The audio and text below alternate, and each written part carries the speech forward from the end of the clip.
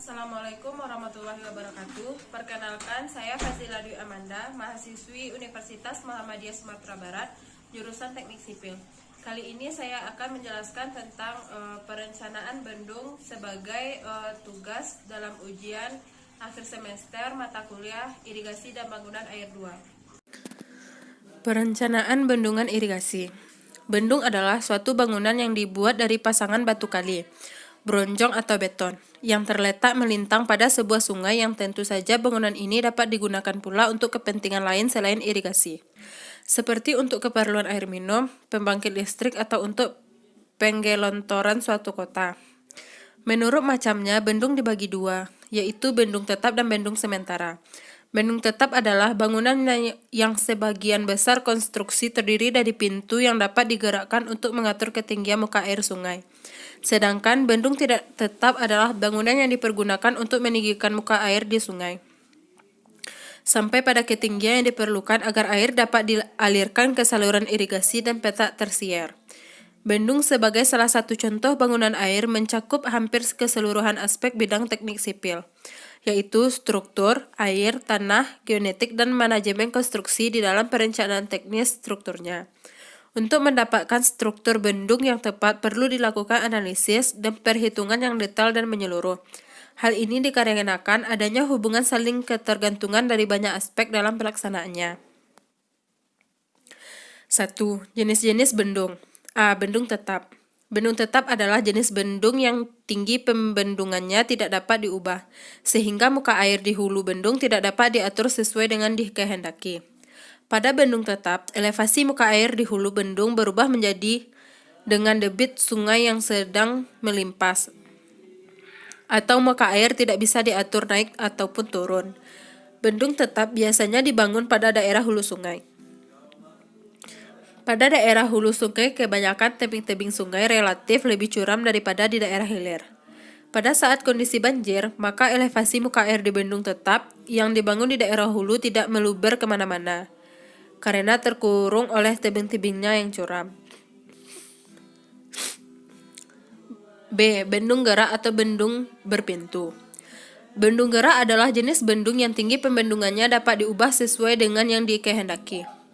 Pada bendung gerak, elevasi muka air di hulu bendung dapat dikendalikan naik atau turun sesuai yang dikehendaki dengan membuka atau menutup pintu air.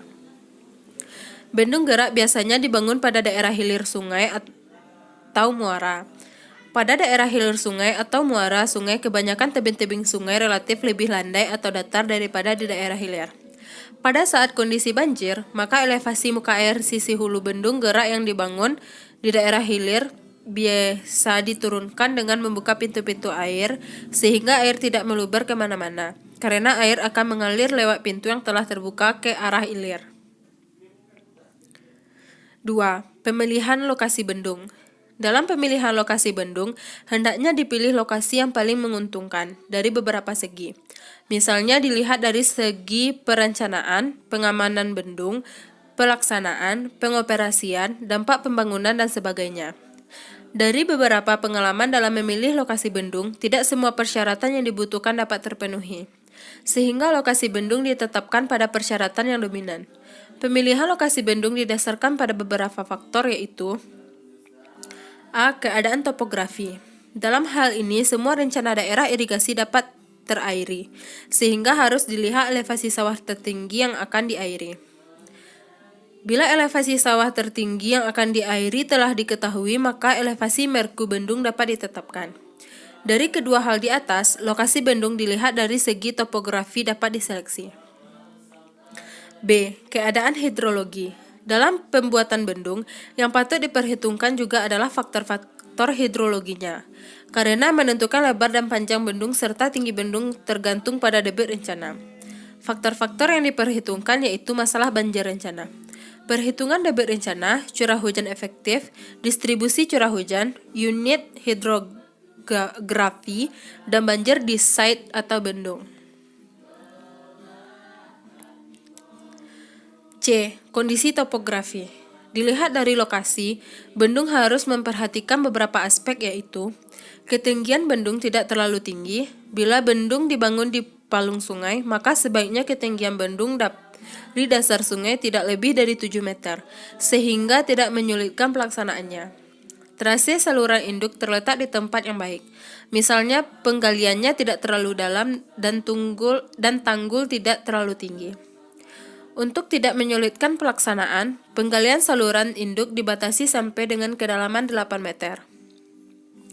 Penempatan lokasi intake yang tepat dilihat dari segi hidraulik dan angkutan sedimen, sehingga aliran ke intake tidak mengalami gangguan dan angkutan sedimen yang akan masuk ke intake juga dapat dihindari. D. Kondisi hidrolik dan morfologi. Pola aliran sungai meliputi kecepatan dan arahnya pada waktu debit banjir, sedang dan kecil.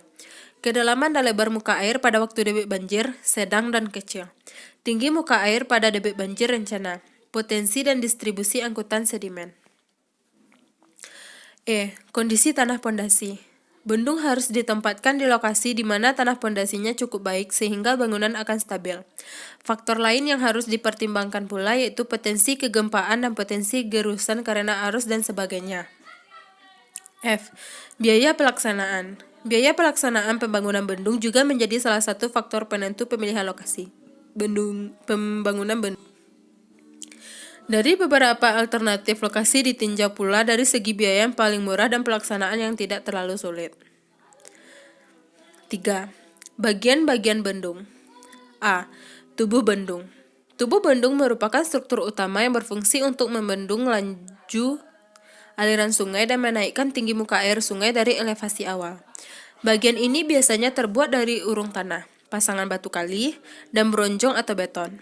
Tubuh bendung umumnya dibuat melintang pada aliran sungai. Tubuh bendung merupakan bagian yang selalu atau boleh dilewati air baik dalam keadaan normal maupun air banjir. B. Pintu air. Pintu air merupakan struktur dari bendung yang berfungsi untuk mengatur, membuka, dan menutup aliran air di saluran baik yang terbuka maupun tertutup. Bagian yang penting dari pintu air yaitu daun pintu. Daun pintu adalah bagian dari pintu air yang menahan tekanan air dan dapat digerakkan untuk membuka, mengatur, dan menutup aliran air. Rangka pengatur arah gerakan adalah aluran dari baja atau besi yang dipasang masuk ke dalam beton yang digunakan untuk menjaga agar gerakan dari daun pintu sesuai dengan yang direncanakan. Angker. Angker adalah baja atau besi yang ditanam di dalam beton dan digunakan untuk menahan rangka pengatur arah gerakan agar dapat memindahkan muatan dari pintu air ke dalam konstruksi beton. Hoist. Hoist adalah alat untuk menggerakkan daun pintu air agar dapat dibuka dan ditutup dengan mudah. C. Pintu pengambilan atau intake. Pintu pengambilan berfungsi mengatur banyaknya air yang masuk saluran dan mencegah masuknya benda-benda padat dan kasar ke dalam saluran. Pada bendung, tempat pengambilan bisa terdiri dari 2 buah yaitu kanan dan kiri, dan bisa juga hanya sebuah tergantung dari letak daerah yang akan diairi. Bila tempat pengambilan 2 buah, menuntut adanya bangunan penguras 2 buah pula. Kadang-kadang bila salah satu pintu pengambilan debitnya kecil, maka pengambilannya lewat gorong-gorong yang dibuat pada tubuh bendung. Hal ini akan menyebabkan tidak perlu membuat 2 bangunan penguras dan cukup 1 saja. D. Pintu penguras. Penguras ini biasanya berada pada sebelah kiri atau sebelah kanan bendung dan kadang-kadang ada pada kiri dan kanan bendung. Hal ini disebabkan letak daripada pintu pengambilan. Bila pintu pengambilan terletak pada sebelah kiri bendung, maka penguras pun terletak pada sebelah kiri pula. Bila pintu pengambilan terletak pada sebelah kanan bendung, maka penguras pun terletak pada sebelah kanan pula. Sekian penjelasan materi dari saya. Apabila ada kekurangan kata atau kesalahan kata, saya mohon maaf. Assalamualaikum warahmatullahi wabarakatuh.